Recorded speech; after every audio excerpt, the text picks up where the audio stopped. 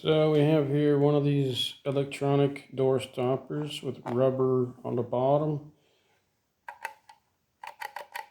A pressure activated pressure plate and the alarm siren here.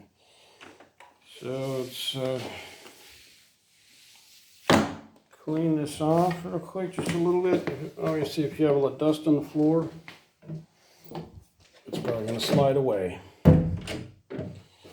We just close the door. Place this thing.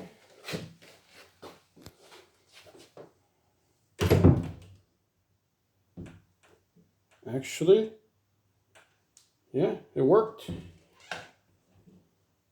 Door doesn't open.